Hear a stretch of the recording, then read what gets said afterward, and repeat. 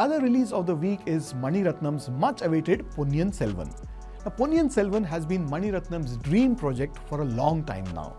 Based on the novel by Kalki Krishnamurthy that runs into 5 volumes and was first published in the weekly edition of a magazine, the novel about the Chola dynasty has a cult following.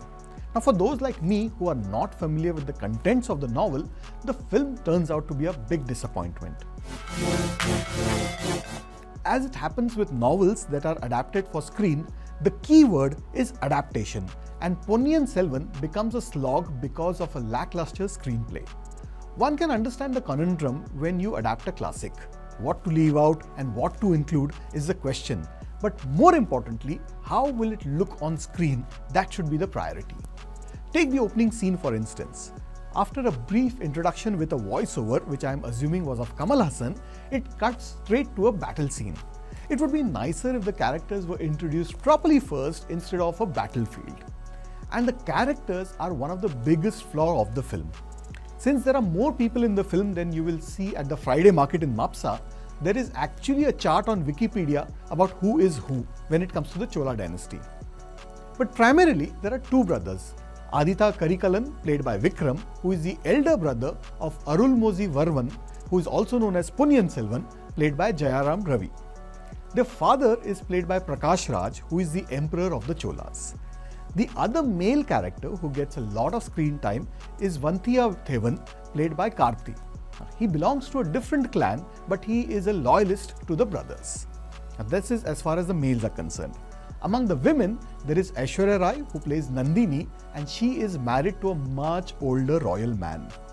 Aditha, the older brother, had a soft corner for her, and he is still obsessed with her to a degree where you want to send him for therapy. The brothers have another sibling, Kundavai, played by Trisha, who is a sharp and a very sensible princess. Karthi, meanwhile, has to go from place A to find out what plans are being hatched and what they are doing and convey that to place B, and then move to place C and so on. It's all very confusing. While there is considerable focus on him in the first half, he suddenly vanishes only to make a comeback later. Coming back to the characters, almost till the end of the film, you don't feel or relate to any of them or their sentiments. If a couple of them were bumped off in the middle, you couldn't care less.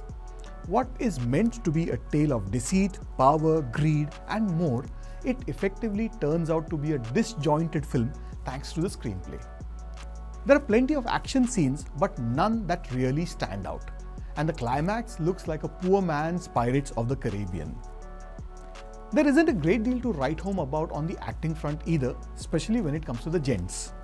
Aishwarya Rai is aptly cast, while Trisha stands out as the young princess.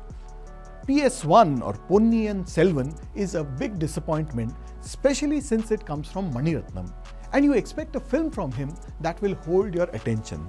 Sadly, this one doesn't. I'm going to go with 2 out of 5 stars. Although this film is being compared to Bahubali by some, it is definitely not in the same league. Well, that's what I thought of the films that were released this week. Do let us know what you think. Do write into us. Our address is features@prudentmedia.in. And I'll be back with you next week with more movie reviews. Till then, take care.